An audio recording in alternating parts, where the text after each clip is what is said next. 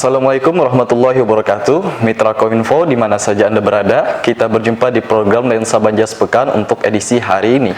Program ini merupakan rangkuman kegiatan pemerintah daerah Kabupaten Banjar, Provinsi Kalimantan Selatan dalam sepekan. Bersama saya Bagus Tamimi Dan saya Muhammad Zaini, kami hadirkan Lensa Banjar Sepekan selengkapnya.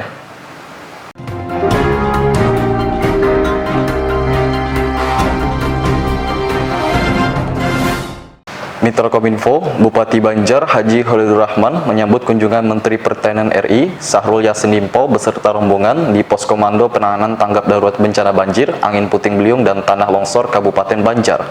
Mentan RI menyerahkan bantuan dari Presiden RI untuk korban terdampak banjir. Selain itu juga diserahkan bantuan benih padi untuk pemulihan lahan sawah petani yang terdampak banjir seluas 50.000 hektar dengan volume 1.100 ton bibit varietas unggul, bantuan kemanusiaan berupa sembako untuk masyarakat, serta bantuan 30.000 ekor itik.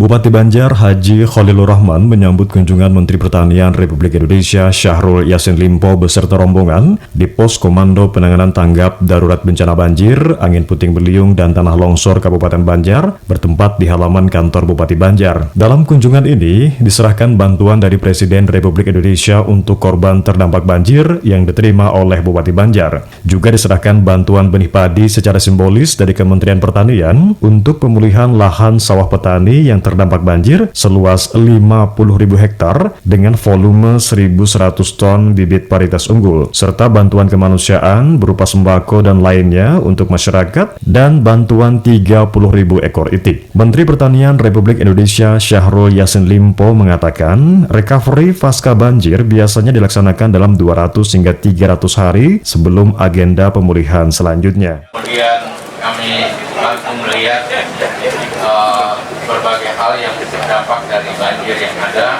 khususnya bagi ketahanan pangan yang ada di daerah ini, di Kalimantan Selatan pada umumnya, lebih khusus di Banjar ini yang memang terdampak paling besar dari banjir itu. Ada 3 agenda yang kami akan lakukan di sini, agenda SOS, agenda darurat, yaitu di mana ikut membackup secara bersama-sama agar kemampuan rakyat yang ada, negara harus hadir untuk membantu dengan segala kekuatan yang ada agar mereka tetap bisa survive dalam menghadapi banjir ini. Yang kedua, temporary agenda mengganti semua yang busuk. Tentu saja datanya harus konkret, datanya harus jelas. Yang ketiga, permanent system yang kita harapkan itu dilakukan secara padat karya di tempat ini. Contohnya misalnya ada 1.000 hektar karet yang bersoal, saya akan minta dirjen saya, para dirjen teknis yang ada, BSP, tanaman pangan, perkebunan, akan untuk turun bersama-sama.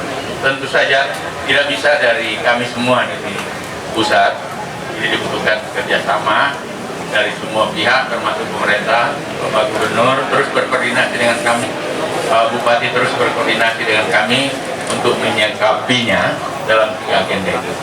Agenda darurat, agenda temporary, dan permanent system yang mungkin kita bisa lakukan bersama agar tentu saja kita berharap musibah ini menjadi bagian-bagian dari keprihatinan dan kebersamaan kita.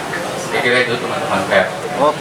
Sementara itu Bupati Banjar Haji Khalilur Rahman memberikan himbauan kepada masyarakat untuk bangkit kembali dan tidak meratapi musibah banjir terus-menerus. Alhamdulillah kita mendapat dukungan dari Bapak Menteri Pertanian Republik Indonesia dan sekaligus beliau memberikan bantuan terhadap daerah-daerah pertanian yang terdampak banjir. Kita ada 16 kecamatan yang terdampak banjir.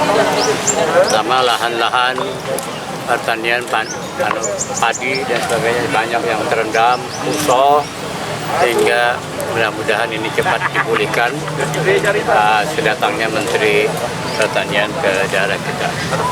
Dan ini kita bisa bangkit kembali, jangan meratapi banjir terus. supaya kita ini bangkit kembali, ekonomi pulih kembali, karena daerah kita ini adalah daerah agraris.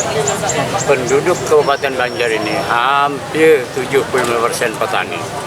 Oleh karena itu kita harus bangkit kembali. Dalam kesempatan tersebut juga diserahkan cenderamata berupa koran mini yang diserahkan Bupati Banjar Haji Khalilur Rahman kepada Menteri Pertanian Republik Indonesia Syahrul Yassin Limpo. Hendra, Inka, Kominfo Banjar melaporkan.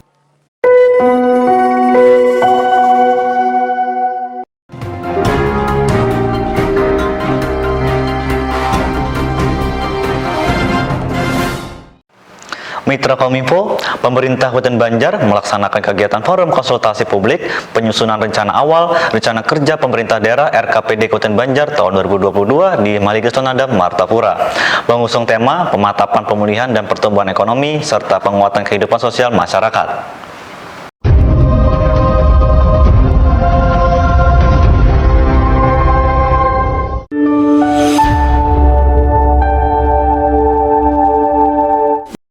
Pemerintah Kabupaten Banjar melalui Bapedalitbang Kabupaten Banjar menggelar kegiatan Forum Konsultasi Publik Penyusunan Rancangan Awal Rencana Kerja Pemerintah Daerah atau RKPD Kabupaten Banjar tahun 2022 berlangsung di Mahliges Sultan Adam Martapura. Penyusunan rancangan awal RKPD ini dipimpin Kepala Bapedalitbang Kabupaten Banjar Galuh Tantri Narindra. Turut hadir secara tatap muka PLT Asisten Perekonomian dan Pembangunan Ikhwansyah, LSM, organisasi profesi, serta para akademisi. Juga hadir secara daring Ketua DPRD Kabupaten Banjar Haji Muhammad Rofiki dan SKPD terkait.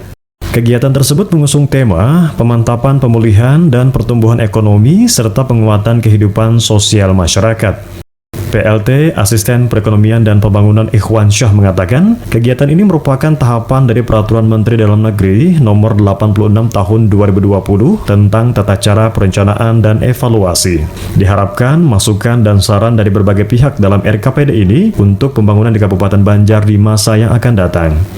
Jadi kan kita hari ini terkait dengan forum konsultasi kita mau mendengarkan masukan-masukan dari akademisi, dari organisasi profesi, bagaimana proses pembangunan kita ke depan. Nah, tujuannya tadi kita mau mendengarkan aspirasi, mendengarkan apa yang disampaikan oleh sahabat-sahabat kita tadi, dan apabila memang bisa kita laksanakan, apa bisa kita lakukan, nanti akan kita koordinasikan dengan SKPD teknis. Sementara itu, Kepala Bapedalitbang Kabupaten Banjar Galuh Tantri Narindra mengatakan, isu-isu strategis masih sama seperti sebelumnya, seperti halnya yang menjadi perubahan dan kebijakan adalah adanya pandemi COVID-19 dan bencana alam banjir di awal tahun 2021.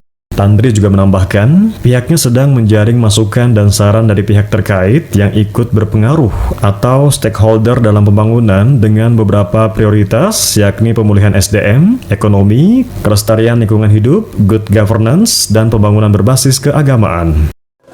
Baik, kalau isu strategis permasalahan masih sama seperti sebelum-sebelumnya, tetapi yang menjadi hal yang menjadi perubahan arahan kebijakan kita adalah adanya pandemi COVID, kemudian kejadian luar biasa pada awal tahun 2021, sehingga kita harus segera bermanuver bagaimana sih arahan prioritas pembangunan yang ada di Kabupaten Banjar pada tahun yang akan datang. Hari ini kita sedang menjaring masukan dan saran rekan-rekan yang ikut berpengaruh atau stakeholder di dalam pembangunan.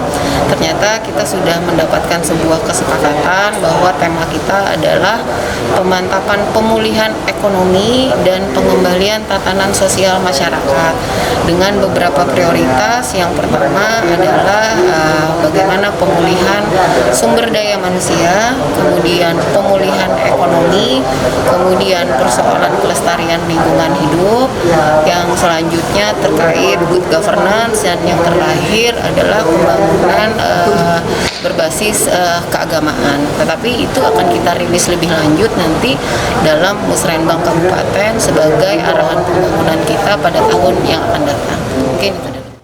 Hendra, Zidan, Kominfo Banjar melaporkan.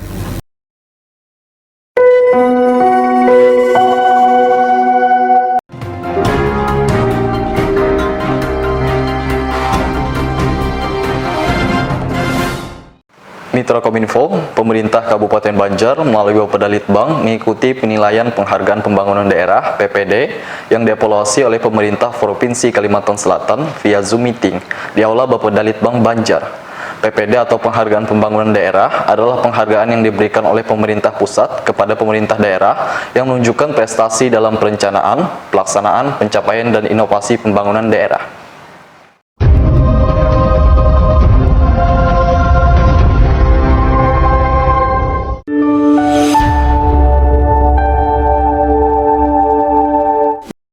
Pemerintah Kabupaten Banjar melalui Bapedalitbang Kabupaten Banjar mengikuti penilaian penghargaan pembangunan daerah atau PPD yang dievaluasi oleh pemerintah Provinsi Kalimantan Selatan via Zoom meeting di Aula Bapedalitbang Kabupaten Banjar.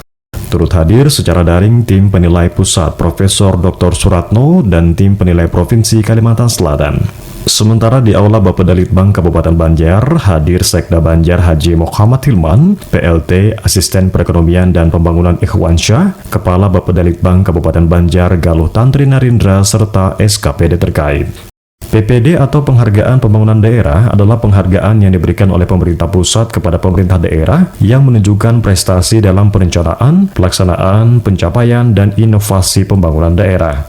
Menurut Sekda Banjar Haji Muhammad Hilman, Kabupaten Banjar saat ini memasuki tahap keempat penilaian atas evaluasi perencanaan daerah oleh pemerintah Provinsi Kalimantan Selatan. Ada beberapa tahapan yang sudah dilewati, dari proses berkas, verifikasi, dan lainnya. Menurut Hilman, kegiatan ini menjadi introspeksi Kabupaten Banjar dalam proses perencanaan pembangunan daerahnya dengan apa yang sudah dilakukan saat ini agar bisa menjadi lebih baik lagi. Jadi hari ini kita melaksanakan kegiatan terkait dengan penilaian atas evaluasi perencanaan pembangunan daerah Kabupaten Banjar oleh pemerintah Provinsi Kalimantan Selatan hingga saat ini kita masuk ke tahapan keempat.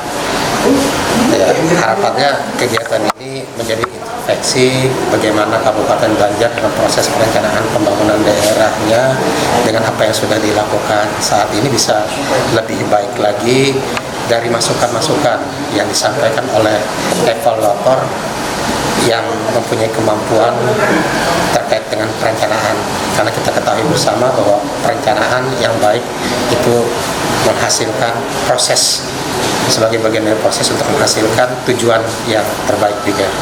Tujuan penilaian ini intinya adalah untuk mendapatkan indeks bagaimana proses perencanaan pembangunan daerah yang dilaksanakan oleh masing-masing daerah itu sudah memenuhi syarat dan ketentuan serta kriteria yang ditetapkan hingga hasil dari perencanaan itu bisa optimal untuk diwujudkan saat implementasinya. Jadi dengan tujuan tersebut, masukan-masukan dari apa evaluasi berdasarkan daftar checklist dan periksa yang dilakukan oleh tim evaluator ini menjadi koreksi untuk perbaikan kita agar ke depan lebih baik lagi untuk menyusun perencanaan pembangunan daerahnya. Tahapan yang sudah dilalui Pak sebelumnya? Ada beberapa tahapan dari proses berkas, ada verifikasi dan sebagainya. Nah, kita sekarang sudah sampai ke tahapan keempat. Nah, kalau kita bicara target seperti yang Ulun sampaikan, kita lebih fokus bahwa ini adalah kegiatan untuk upaya perbaikan. Kita bukan bicara bagaimana sebuah kebanggaan mendapatkan penilaian dengan yang terbaik, tetapi yang kita inginkan bahwa dari hasil evaluasi ini akan ada perubahan dan perbaikan untuk ke depan kita lebih baik lagi. Adapun tujuan penilaian ini adalah untuk mendapatkan indeks proses perencanaan pembangunan daerah yang dilaksanakan oleh masing-masing daerah dengan memenuhi syarat-syarat yang sudah ditetapkan, hingga hasil dari perencanaan tersebut bisa optimal untuk diwujudkan saat implementasinya. Target yang diinginkan dari hasil evaluasi ini akan adanya perubahan dan perbaikan untuk ke depan yang lebih baik lagi. Penghargaan pembangunan daerah sendiri merupakan kegiatan yang dilaksanakan Bappenas yang nantinya akan diberikan penghargaan dan dana insentif daerah atau DID untuk daerah yang memiliki penilaian terbaik. Hairin Zidan, Kominfo Banjar melaporkan.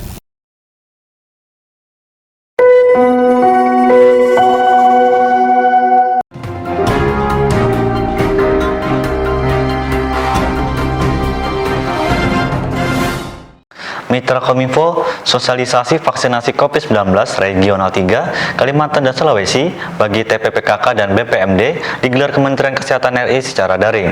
Untuk Kabupaten Banjar mengikuti kegiatan tersebut di Community Center Barokah, Martapura. Ketua Umum TPPKK Pusat Tri Tito Karnavian mengatakan kegiatan ini salah satu untuk mewujudkan ketahanan keluarga untuk menjaga perilaku hidup bersih dan sehat. PKK sebagai gerakan sosial kemasyarakatan yang memiliki kepedulian juga punya tanggung jawab terhadap permasalahan terkait pandemi COVID-19.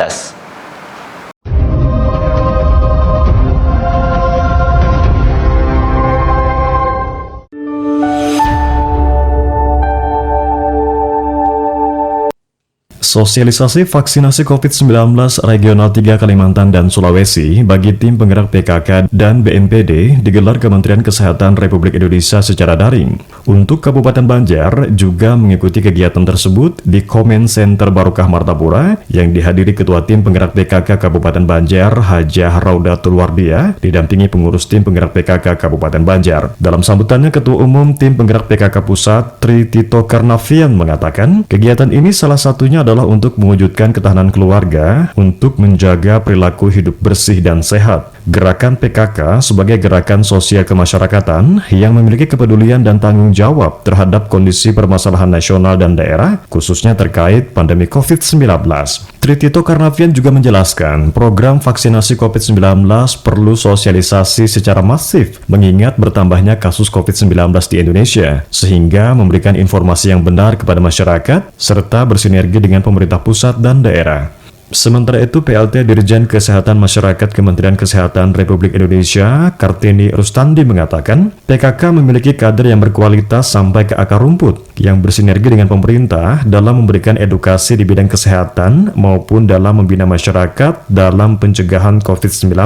Antara lain, mengkampanyekan 3M, yaitu memakai masker, mencuci tangan pakai sabun, dan menjaga jarak. Lydia Paris, Kominfo Banjar, melaporkan.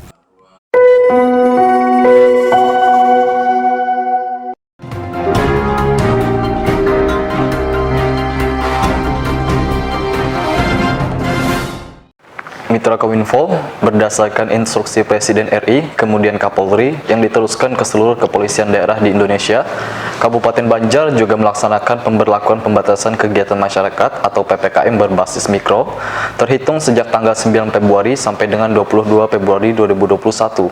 Sekda Banjar Haji Muhammad Hilman menjelaskan, PPKM berbasis mikro dilaksanakan di sasaran yang tepat dari 10 kecamatan, maka diperkecil diambil keputusan Kecamatan Martapura yang menjadi wilayah pelaksanaan PPKM berbasis mikro.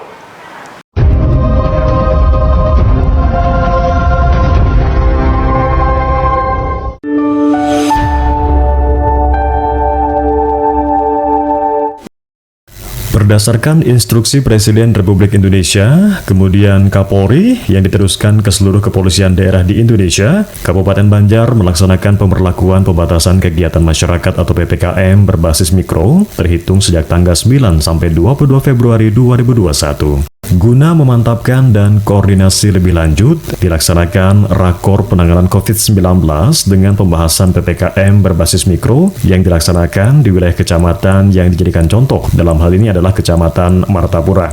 Rakor dibuka Wakapolres Banjar, Kompol Muhammad Fihim, dihadiri Sekda Banjar Haji Muhammad Hilman, Sekretaris BPBD Ajhar Alamsyah, perwakilan Dinas Sosial, Dinas Kesehatan, dan Satpol PP Kabupaten Banjar. Dalam keterangannya, Wakapolres Banjar Muhammad Fihim menjelaskan, kegiatan PPKM berbasis mikro adalah pelaksanaan PPKM yang ada di level kecamatan dan kelurahan, dan sesuai arahan Presiden untuk anggaran dana dibebankan kepada pihak terkait. Misalnya desa, anggaran dibebankan pada dana desa dan APBD desa.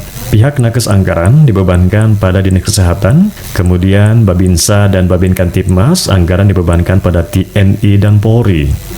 Rakor ini juga lebih memantapkan detail pelaksanaan PPKM berbasis mikro di Kabupaten Banjar. Diharapkan kerjasama semua pihak, dalam hal ini terutama yang berada di lini kecamatan dan juga kelurahan. Agenda hari ini kita menindaklanjuti perintah Presiden melalui Bapak Kapolri maupun Menteri Dalam Negeri, tapi kalau saya melalui Kapolri hasil sikap kemarin kita melaksanakan operasi imbangan dari 7 provinsi yang memang untuk pelaksanaan PPKM di berbasis mikro. Kita melaksanakan di Kabupaten Banjar, kita melaksanakan rapat koordinasi untuk lebih memantapkan detail pelaksanaan dari PPKM berbasis mikro di Kabupaten Banjar. Sementara itu, Sekda Banjar Haji Muhammad Hilman menjelaskan, PPKM berbasis mikro dilaksanakan di sasaran yang tepat. Dari 10 kecamatan yang ada, maka skalanya diperkecil. Diambil keputusan bahwa Kecamatan Martapura akan menjadi wilayah pelaksanaan PPKM berbasis mikro. Dan diharapkan nantinya menghasilkan penurunan angka COVID-19. Jadi terkait dengan bagaimana kita melaksanakan pembatasan kegiatan masyarakat berbasis mikro, kita mulai dari sasaran yang tepat. Nah, sasaran tepat kriteria bagaimana zonasi per RT berdasarkan instruksi Menteri Dalam Negeri itu sudah jelas. Kita sudah mendapatkan ada 10 kecamatan di mana masyarakatnya ada yang terpapar COVID dan kita perkecil sampai level-level kelurahan. Di 10 kecamatan itu akan kita laksanakan hingga kondisi saat ini dan kondisi setelah penanganan untuk menentukan keberhasilan akan terlihat dengan jelas. Nah, sebagai percontohan karena sini ada 10, kita ambil di yang terbesar di Kecamatan Martapura Kota untuk 3 titik ini sebagai role model atau percontohan yang nanti bisa dicontoh oleh daerah-daerah lainnya yang support terkait dengan pelaksanaan itu dengan melibatkan seluruh unsur stakeholder terkait, di support penuh hingga bisa dilaksanakan dengan baik. Dan jadi percontohan untuk daerah-daerah lain dari kondisi saat ini. Hasilnya setelah beberapa saat dilaksanakan, ini target kita sampai dengan tanggal 22 Februari itu ada penurunan kasus pada kawasan-kawasan yang menjadi titik penerapan pembatasan kegiatan masyarakat berbasis mikro. Pelaksanaan PPKM berbasis mikro dilaksanakan di Kecamatan Martapura, tepatnya di Kelurahan Sekumpul, Kelurahan Sungai Pering, dan Desa Sungai Sipai. Pepen Umar, Kominfo Banjar, melaporkan.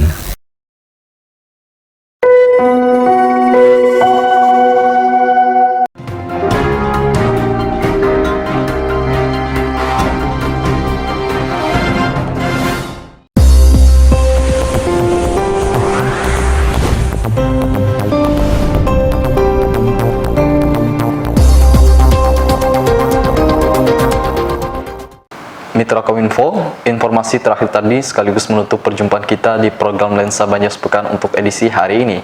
Mewakili kerabat kerja yang bertugas, saya Muhammad Zaini Dan saya Bagus Tamimi mengucapkan terima kasih atas perhatian Anda. Jangan lupa selalu ingat 3M, yakni memakai masker, menghindari kerumunan, dan mencuci tangan dengan sabun di air yang mengalir. Assalamualaikum warahmatullahi wabarakatuh. Sampai jumpa.